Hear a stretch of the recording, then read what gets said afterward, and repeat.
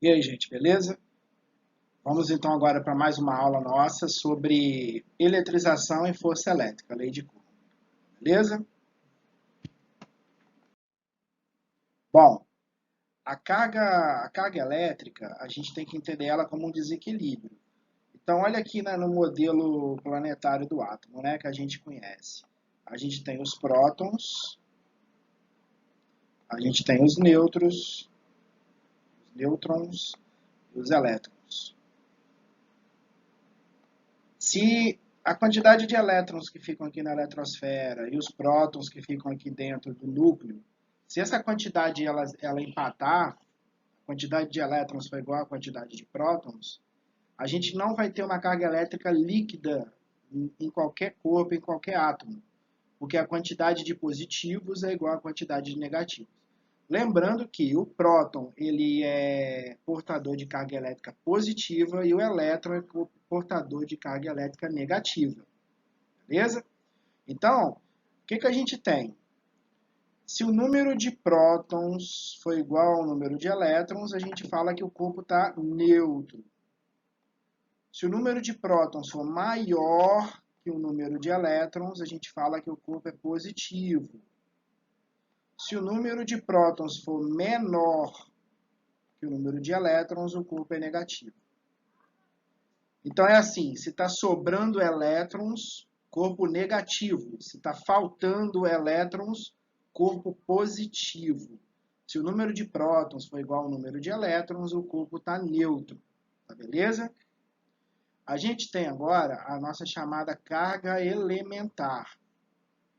Teve um pesquisador chamado Millikan que fez uma experiência há muito tempo e descobriu que os corpos eram feitos de cargas elementares, e ele chegou à conclusão que a carga elementar vale 1,6 vezes 10 a menos 19 coulombs. Coulombs é a unidade de carga elétrica, em homenagem ao Coulomb, beleza? Então ele concluiu que o elétron tem a carga aqui, ó, de 1,6 vezes 10 a menos 19, só que negativa. E o próton tem uma carga elétrica positiva que vale 1,6 vezes 10 a menos 19. Então, eles têm a mesma carga em termos de valores, só que os sinais são opostos. Então, vamos fazer aqui dois exemplos, né, para dar uma clareada um pouquinho nisso aí. Ó, quantos elétrons devem ser retirados de um corpo para que sua carga elétrica seja 32 coulombs? Supondo que o corpo inicialmente estava neutro, né? Então a gente tem que tirar quantos elétrons para o corpo ficar positivo de 32 coulombs. A gente pode fazer por regrinha de 3.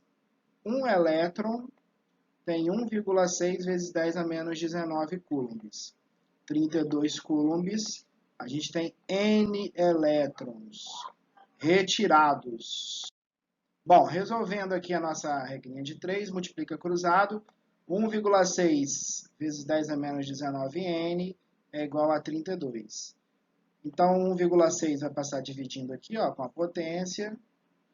Então, a gente vai fazer como? Ó, número com número, 32 por 16. Por que eu peguei 16? Porque eu sei que dá 2. Mas para fazer o 16, esse 1,6 aqui, a gente tem que andar uma casa decimal com a vírgula.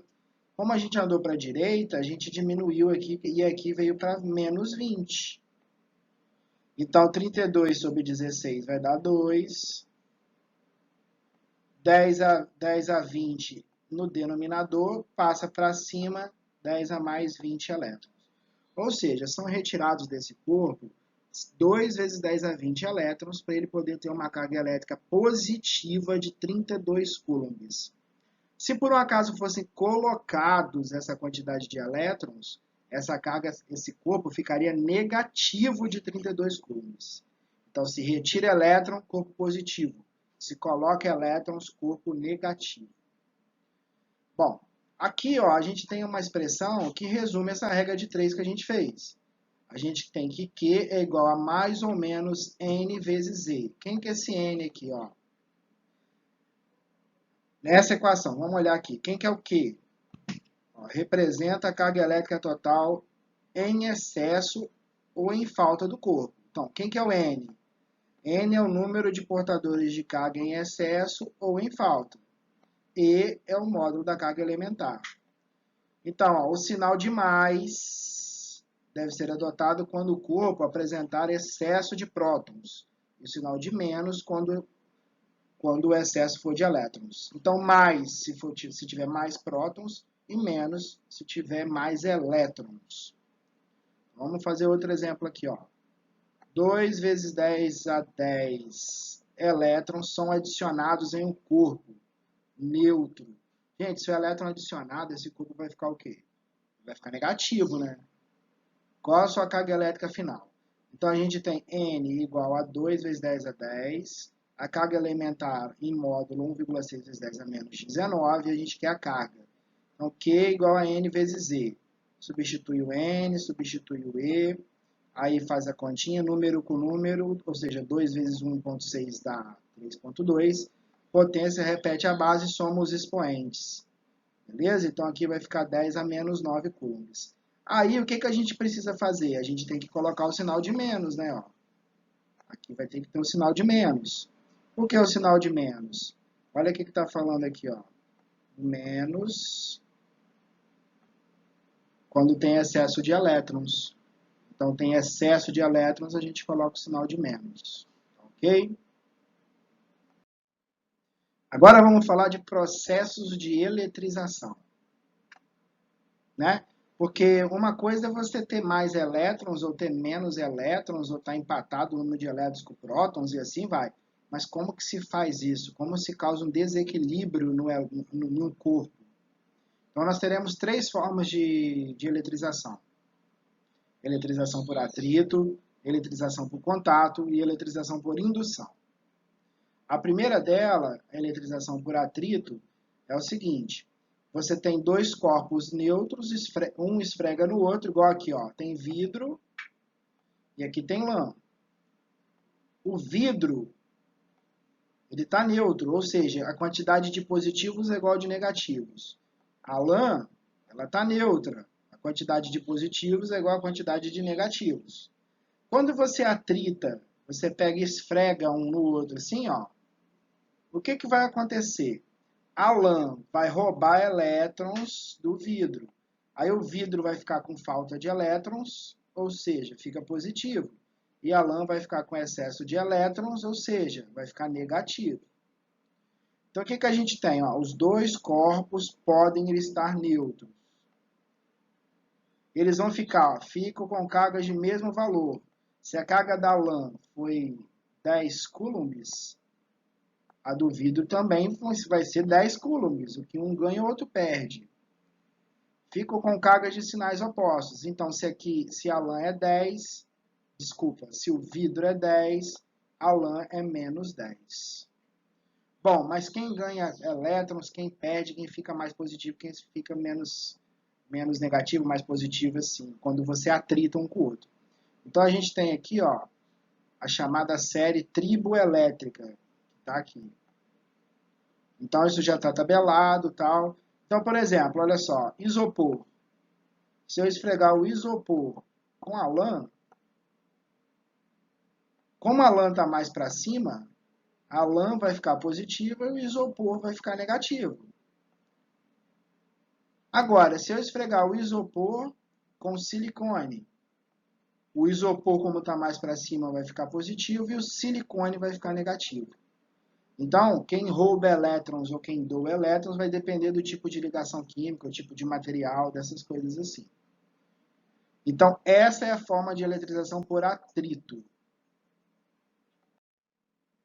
Agora, vamos discutir um pouquinho a eletrização por contato.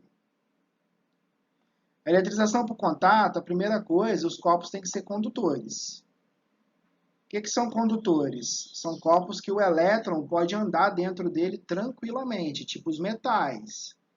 A madeira não é condutor, o isopor não é condutor. Então, o metal é um condutor, então ele vai sofrer eletrização por contato. Então, se você tiver um corpo carregado, tá aqui, ó, uma carga, esse aqui, ele não tem carga, ele está neutro. Então, aqui dentro, a quantidade de mais é a mesma coisa que o menos. A quantidade está em equilíbrio esse corpo. Quando você encosta esses dois corpos, ou liga esses dois corpos por um fio, o que vai acontecer? A carga que estava desse aqui vai vir um pouco para cá, e ele vai ficar com o restante. Se os dois corpos forem iguais, eletricamente falando, os dois corpos vão ficar com a mesma carga e com o mesmo sinal. Então, ó, pelo menos um dos corpos já tem que estar eletrizado. Beleza? Essa é a condição. Se encostar dois corpos neutros, tem que ter atrito. Aí não é contato. Após o contato, a carga elétrica dos dois corpos serão iguais em valor e sinal. Então, se esse corpo aqui tinha 20 coulombs, vai vir 10 para esse e 10 para esse. Se os corpos que farão contato forem idênticos, a carga resultante será a média das cargas. Beleza? Então a carga vai ser dividida por igual. A gente vai ter que somar as duas e dividir por 2 se forem dois corpos. Exemplo. São colocados em contato duas esferas metálicas iguais. Metálicas quer dizer que é condutora. A primeira com carga elétrica de QA igual a 8 microcoulombs. Micro significa 10 elevado a menos 6. E a segunda B com carga elétrica de menos 2 microcoulombs. Após o contato, qual será a carga elétrica de cada uma? Então, o que a gente faz? Como a carga B é negativa, o fluxo de elétrons vai ser daqui para cá. Ó. Então, os elétrons vão sair do B e ir para o A. Então, vamos lá. Como é que vai ficar a nossa divisão? A gente vai somar a carga A com a carga B e dividir por 2. Então, aqui, ó, 8 microcoulombs, que é a carga da A, menos 2 microcoulombs, que é a carga da B, dividido por 2. Então, vai dar 6 por 2, 3 microcoulombs. Então, as duas cargas vão ficar, os dois corpos, né, vão ficar positivos com a carga de 3 microcoulombs. Bom, observações importantes. Sempre será o elétron que troca de lugar. Nunca você vai ver o próton passando de um corpo para o outro. Ou você ganha o elétron ou você perde o elétron. Ah, o próton vai ficar quietinho dentro do núcleo. É difícil mexer com o próton. Se tiverem mais de dois corpos em contato, a carga será dividida entre eles. Então, se você tiver 3 corpos, carga 1 mais carga 2 mais carga 3 dividido por 3. Se os corpos forem eletricamente neutro, o equilíbrio se dará quando todos possuírem o mesmo potencial elétrico. Se os corpos forem eletricamente diferentes. Me desculpe aqui o vacilo aqui no vídeo, mas aqui não é neutro essa palavra, é diferente. Então, se os corpos forem eletricamente diferentes, o equilíbrio se dará quando todos possuírem o mesmo potencial elétrico. Isso aqui eu coloquei só para deixar marcado, porque isso aqui é uma outra aula. A gente tem que igualar os potenciais, nas cargas, essas coisas assim. Ok? Mas aqui, por enquanto, os corpos são idênticos, então soma e divide as cargas.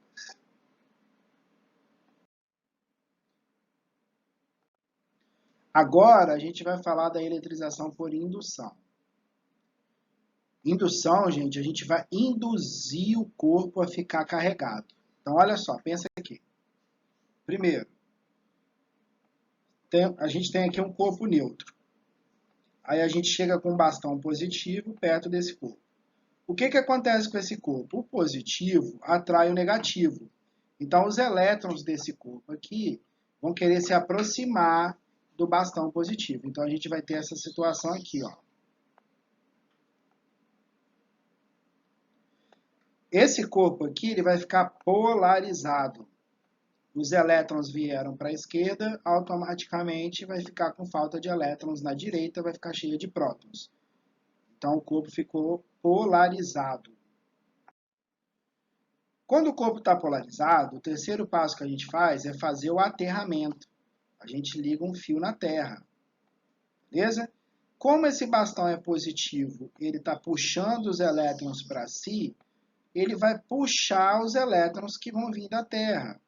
Porque a Terra é um doador universal e um receptor universal de elétrons. Beleza? Então, os elétrons da Terra eles estão disponíveis para acontecer isso, para subir e descer. Então, aí o que acontece com essa parte aqui? Ó? Essa parte ela vai ser neutralizada. Ó. Vamos vir aqui para baixo. Aqui, ó. Essa parte da direita aqui vai ficar neutra. Essa parte aqui vai ficar negativa, porque o bastão está atraindo. E aí a gente vai lá e corta o aterramento, corta esse fio e afasta o bastão. Os negativos, ó, eles vão se espalhar na superfície de fora desse material. Ou seja, um corpo que inicialmente era neutro, ele ficou negativo pela indução do bastão e o uso do aterramento. Eu fiz o exemplo aqui do bastão positivo e o corpo neutro, mas eu posso fazer com bastão negativo. Aí o que vai acontecer? Os elétrons, ao invés de subirem da Terra, eles vão fugir para a Terra, porque o bastão vai expulsar eles. Aí a gente vai carregar um corpo positivamente. Beleza? Então esse é o processo de indução. Induz a polarização, faz o aterramento, depois corta o aterramento e a gente tem um corpo carregado. Exemplo.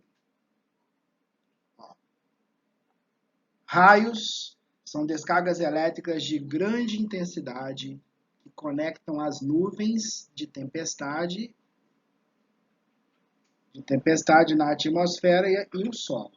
A intensidade típica de um raio é de 30.000 amperes, cerca de 1000 vezes a intensidade de um chuveiro elétrico.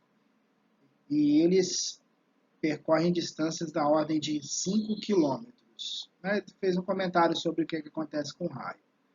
Durante uma tempestade, que é agora que começa a questão, né? Durante uma tempestade, uma nuvem carregada positivamente se aproxima de um edifício que possui um para-raios. Então vamos entender aqui um pouquinho. Tem uma nuvem carregada positivamente. É como se essa nuvem fosse aquele bastão. Então o que vai acontecer com o para-raios?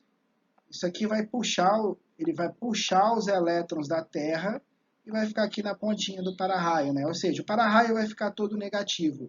Então, a nuvem vai induzir uma carga negativa no para-raio. De acordo com o enunciado, pode-se afirmar que, ao se estabelecer uma descarga elétrica no para-raios, então o que vai acontecer? Prótons passam da nuvem. Primeiro, próton não se mexe.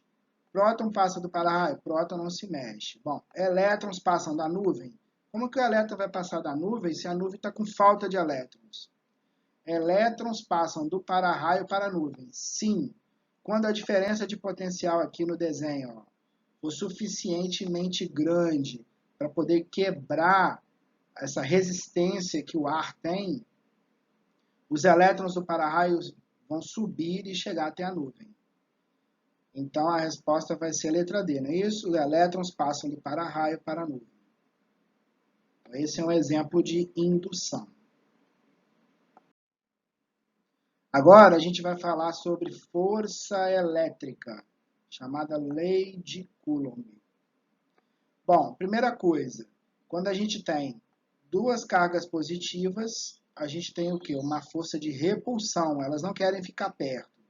Quando você tem duas cargas negativas, a gente também tem uma força de repulsão. E quando tem uma carga positiva e uma carga negativa, aí a força é de atração. Então isso já era conhecido, né? O Coulomb já sabia disso. Se chama lei de Dufay, né? Aí o que o Coulomb pensou aqui? O que ele fez? Duas cargas elétricas pontiformes seriam cargas pontuais. Por exemplo, uma esfera carregada olhando do lado de fora da esfera seria um ponto, considerado como se fosse um ponto carregado. Interage com a força, vamos lá, interagem com forças elétricas de mesma intensidade e de forma diretamente proporcional ao produto das duas cargas, e inversamente proporcional ao quadrado da distância entre elas. Então, olha aqui, isso que está escrito com palavras, está escrito aqui na fórmula. Então, a força elétrica vai ser quem? O valor do Q1 vezes o valor do Q2, ou seja, as duas cargas que estiverem envolvidas na força, as duas cargas ali. E também a força vai ser inversamente proporcional ao quadrado da distância. O que significa isso? Presta atenção. Se você tem uma força numa certa distância, se essa distância dobrar de tamanho, a força vai ficar 4 vezes menor, porque 2 ao quadrado é 4. Se você triplicar a distância, 3 ao quadrado é 9, a força vai ficar 9 vezes menor. Beleza? Então, vale essa relação de quadrado, tanto se aproximando quanto se afastando da carga. E essa constante K, que está nessa fórmula, é a constante que o Coulomb usou para calibrar a expressão dele com o experimento que ele calculava. Olha aqui, ó, o valor do K vale 9 vezes 10 a 9 newtons metro quadrado por Coulomb quadrado. Essa constante ela vai variar do meio que você tiver. Dentro da água é uma, no óleo é outra, no ar é outro. Só que assim, na maioria dos exercícios a gente usa o do vácuo, que é esse que está aí, 9 vezes 10 a 9. Então, ó, na equação, F representa o módulo da força eletrostática, Q1 e Q2 as cargas elétricas, D a distância entre as cargas e K é a constante. Beleza? Então a gente tem aí, força é KQQ sobre D quadrado. Essa é a lei de Coulomb. Vamos por exemplo. Ó, duas partículas apresentam excessos de carga elétrica de 4 microcoulombs e menos 5 microcoulombs, respectivamente. A distância entre elas pode ser considerada igual a 30 centímetros e o meio envolvido é o vácuo. Aí o valor da constante, 9 vezes 10 a 9 newton metro quadrado coulomb quadrado. A figura representa esquematicamente a situação descrita. Calcule o módulo da força eletrostática entre as partículas e determine sua direção e sentido. Bom, tá aqui a figura. Primeira coisa, as cargas, uma é mais, outra é menos. Então, vai ser uma força de atração. Então, essa vai ser atraída para lá e a B vai ser atraída para cá. Eu desenhei aqui, mas os tamanhos são iguais, né? A força ela é igual nas duas cargas. Então, vamos lá. Olha aqui para essa figurinha aqui, ó. Vamos resolvendo a questão aqui. Então, a gente tem a força aqui de atração. 4 vezes 10 a menos 6. Esse 10 a menos 6 é o micro. 5 vezes 10 a menos 6. Menos 6 aqui é o micro. Então, a fórmula lá da lei de Coulomb é KQ sobre D quadrado. Então, os dados da questão. Constante, carga A, carga B, distância. A distância está em centímetros. Então, a gente divide por 100 para transformar para metros. Por quê? Porque olha aqui na constante, ó, metros quadrados. Então, a distância tem que estar em quê? Metros. Então, usando aqui a fórmula, a lei de Coulomb, KQ sobre D quadrado, lembrando que aqui não entra o sinal da carga, entra o módulo. Então, vai ficar 9 vezes 10 a 9, 4 vezes 10 a menos 6, 5 vezes 10 a menos 6, dividido por 0,3 ao quadrado. 9 vezes 4 vezes 5 dá 180. 10, repete a base, soma os expoentes. Expoente 9, menos 6, menos 6. Então, aqui a gente vai ter os expoentes aqui, ó.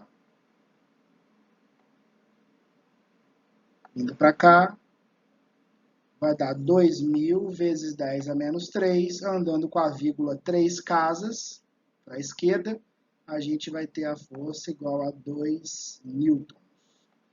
Então, a gente tem uma força de atração que vale 2 newtons. É isso aí, galera. Espero que vocês tenham entendido essa noção aí sobre eletrização, lei de Coulomb, esse início da parte de eletrostática. Beleza? Fiquem em paz.